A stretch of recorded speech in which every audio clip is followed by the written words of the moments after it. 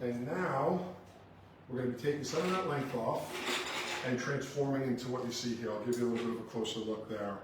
This has already been dried with a combination of the 3 products, which I'll share with you as we progress here. All right, I'm going to get in here without further ado and work to match the previous side. I want to take a minute and say hello to our audience. Beth is here and is saying hello, as well as several other people. Hello from India. Welcome, everybody. Thanks for tuning in and sharing hair with us.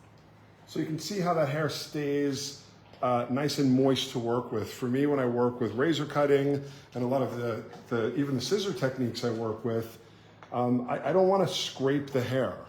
So I need something, and I'm finding, as I'm experimenting with different products, that this curl priming cream is a really nice kind of like moisture lotion. So you can see there, I slice through to remove some weight. And now on this side of the razor cut, I would use the heel of the blade. If you're not someone who's familiar with razor cutting, I mean, again, it's someone who's taught it for nearly 20 years. It's still something that a lot of people don't do tons of, but I can tell you from my experience over, the past few decades of working with clients, models, working with different brands, hair shows, razor cutting can be a phenomenal thing to add to your repertoire. Here, for me, what it's doing is giving me this softly graduated perimeter in a very organic way. It feels very fulfilling to me as well. I feel like I'm literally sculpting or carving into the hair. But I do use the scissor quite often, and I'll use it on the top of the shape. And very often I combine things, which is what I'm going to do here. So here, taking out the weight, and using again the edge and the heel of the razor to create. Now you can see already how it's starting to kind of match up with the side that's already finished. You're getting this nice kind of bustle or roundness in the perimeter of the shape. I want to finish the back off first before I go into the sides. Right here.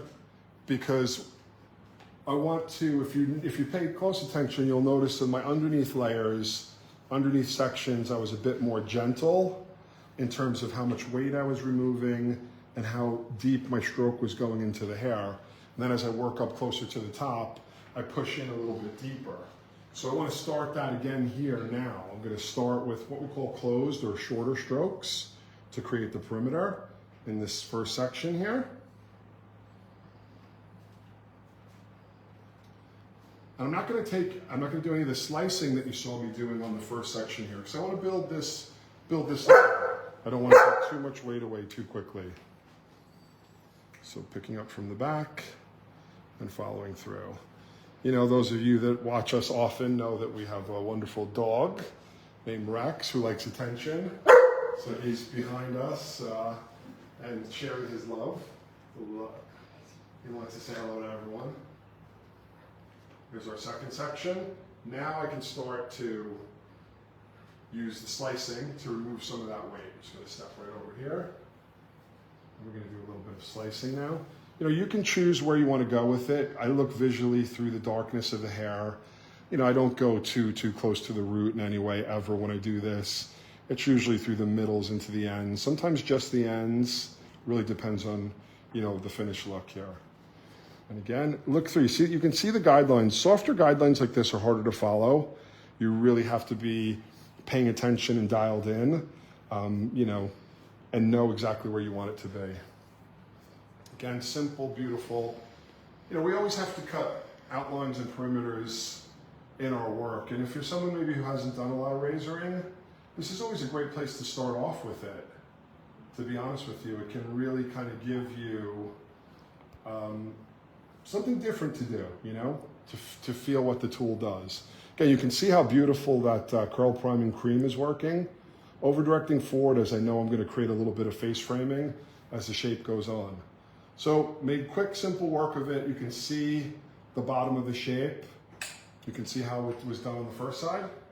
So we've got that bottom of the shape in. Now, we're going to push it a little bit further. Changing techniques now, changing tools. I'm working now with the scissor. And I want to show you guys something called back cutting, which you may have seen before, but something that I really enjoy doing, just to kind of push this a little bit further. Vertical section, coming right through here, pinching it together. That pinching allows me to work in a very different way, have a different relationship with the hair. And again, having that nice moisturizing cream in there really helps the blade move. So if you look at this, I mean, it is actually, it's nice, it's rounded and graduated, but I want to kind of take it a little bit further here, and that's why I'm using the back cutting. Bushra is saying that this cut is beautiful. She's loving it, as well as Beth was wondering, what's the name of this cream again? Okay, today I'm working exclusively with products from Owe. They're a company out of Parma, Italy. Fantastic company with a really, really filled with integrity in their how they create the ingredients, the products, where they source them, and then also how they package them. This one's called Owe Curl Priming Cream. So it's a moisturizing cream, like a base for when you're going to style the hair curly and wavy. I'm going to use a few more of their products as the haircut progresses, and I'll introduce you to them. All their products are packaged in glass and aluminum, and they're one of the first, if not the first, plastic-free professional salon brand partner. And they're on a mission to help salons around the world be plastic-free. So again, just about 1-inch sections, bringing them out on base. I do this little transition to this pinching movement. And then, you know, it looks, I know I teach it a lot to people, and sometimes people get afraid. It's actually a very gentle technique. I'm working with dry cutting scissors, the HB Pro dry cutting scissors. I use them all the time on wet hair because I like that they can push the hair. So coming through here, continuing, and working my way through. So what they do, you know, dry cutting scissors, they don't cut sharp, clean lines, which I definitely wouldn't want here. I don't want any like kind of steps or harsh lines. So they're pushing the hair. So to me, very often, the way that I look at hair these days, I don't really like sharp lines. And if I do, you know, I still have some guests, some clients that like that. I use a more traditional scissor and I'm happy to work in that way. But I'm finding more and more people love this kind of lived-in kind of hair cutting. Okay, now on the side, you'll notice I had pre-sectioned, but it's not a perfect horseshoe. It was a rectangle on the top and then a bigger horseshoe on the back, and that's because I want this area to be a little higher. Because if the back cutting just happens down here, it's gonna be really thick in the middle, right? So I'm gonna start a new guideline because it's a different part of the head, different shape of the head, different density to the hair. So I really am not picking up anything from the back, not referencing it all, just looking at this and thinking, you know, you can start wherever you want, but again, you have to use your judgment. I never start too close into the root, and as I work my way through, I kind of try to find a rhythm and look at how much weight is coming out. If more needs to come out, I'll take a bit more out. In the front here, you'll notice I'm going to direct this side a little bit forward on the front hairline. Yeah? The reason being that this is, again, going to be more of the face frame. It's going to relate, as you can see here, it's not like a very, there's a bang from the layers on the top, but then I want it to relate in. So I don't want this really, really heavy and solid. So I bring it down and forward and work in that same way. In a very loose way. Now I evaluate, you know, decide if a little bit more weight needs to come out or if I'm right where I need to be. Sometimes I just do a little bit of spot back cutting. And there's one very important thing I need to do before I move into the top. Between the razored line and the back cutting, you're going to get a bit of a corner. Yeah? So I don't want to leave a heavy corner. I'm going to use something that we're going to use again on the top as well. Right where the corner is, which would be around the occipital or the middle of the head. And I'm going to break up that harsh point. I call this technique controlled slicing. It's not just me, a lot of people call it that. You're slicing in a very controlled way. And you can take out weight and length. So I'm kind of rounding through the ends there. Do that before we move into the top.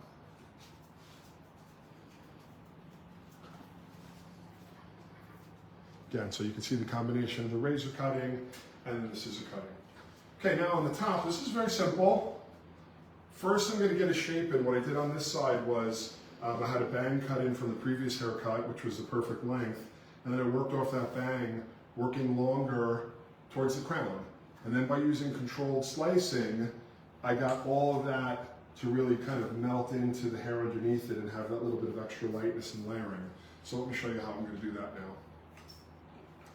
Drop her down a little bit so I can work hard on the top of the head. I'm going to dampen this because it's kind of been up in a clip for a while. I put some of the curl priming cream in already, so that should just reactivate it. I'm starting the center on base, no over direction towards or away. So I'm starting here and using the bang that was there, and just knowing the previous shape, I knew not a lot would need to come off from here.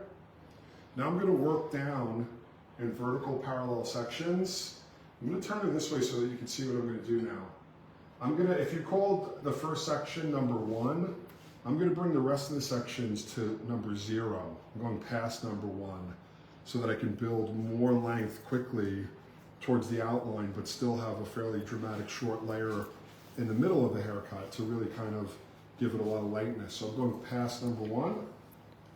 Now I'm also going to start to use that controlled slicing again. Last 2 inches of the hair or so. Not right onto the bang, not right onto the hairline. That would be a little too much.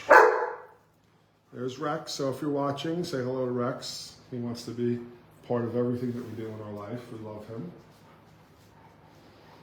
Back. Go past number 1. All the way to 0. You can see a little bit more hair coming off here. So all these sections that you're taking up top are going to 0? Yes, so a little bit past the first section. So what that does is helps them get a little bit more dramatically longer as we work our way out.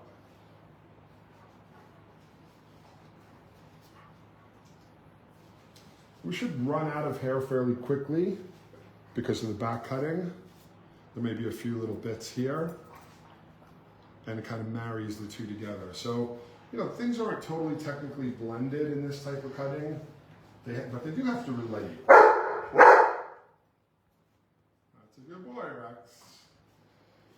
Come through.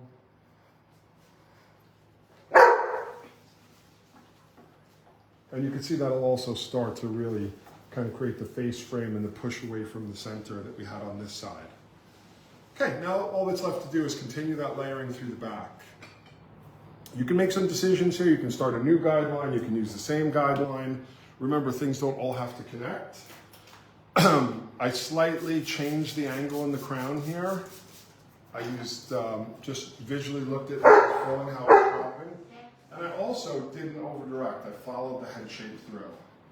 So what I'm going to do here is come up, find that second angle that I created, still short to long. Using it again, a good bit of controlled slicing. So you don't lose the angle, but you really change it considerably. Change the weight and density. Now there's one real kind of power move here, which is to work on this hair. I'm going to come around, change my body position. And on this, you can see this is the longest part. I need to kind of feather that in using some slicing so that when it falls over this hair, it kind of disappears into the shape. Pivoting and continuing. So first we get the angle.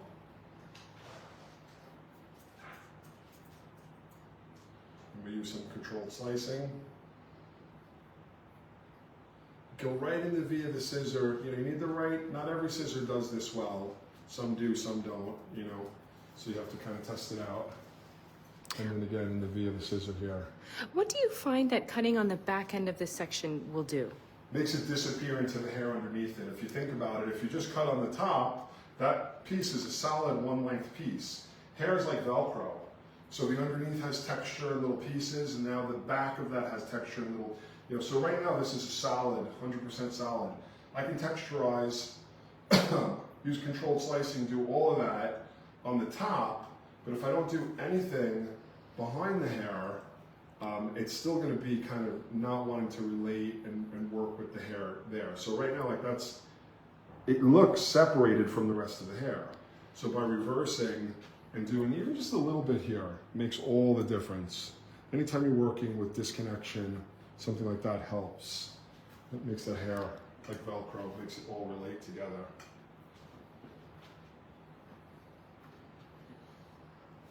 A little bit of free form cutting. Not too much. We're going to move into a little bit of the finish here. You can see the side again. That's why we started with one side totally dry so that you didn't have to watch me blow dry and diffuse dry the hair. But I'll show you how I achieved this. I used the Next Day Cream, also from OA. Special collaboration with Blue Tit London, great salons in London, some friends of ours. And this is really designed to create texture in the hair and that second day feeling, that lived in texture that we all love. So we've got the moisture base coming from the curl priming cream. Now we're going to add the texture and grip, because the curl priming cream, it doesn't have a lot of hold or grip to it. And not that this does, but it has enough to create texture. We want to focus this, kind of scrunching it right back up into the hair. And again, with this kind of cutting, you can blow dry this out straight. If you watch last week, I did a razor cut and then we did some blow drying. This week I'm going to let it dry naturally. You've already kind of seen the end result. I am going to create a reel of this that'll be on the Hairbrain official Instagram, where you'll be able to constantly kind of review all the little things that we did. The one last thing that I did after this was I did diffuse dry this side for just a minute or two. And the last thing I did was I applied a little bit of the Precious Wax to the dry side. Again, from OA, glass bottle, aluminum caps. And you can see it's just a lovely wax, traditional wax. And again, as I said, all their products, all the styling products contain an upcycled ingredient that would have been discarded kind of in the farming process. So after the hair was dry, that's when I came in with the Precious Wax to scrunch through here. I'm going to dry it now off camera. We will post some photos here of the totally dry look, although you saw the one half dry already, so you know what it looks like, so hopefully that helped. And then there'll be a reel on Hairbrain_official on Instagram where you can kind of get a quick look at everything that we did. But you can definitely see what's gonna happen there. You can see the dry side.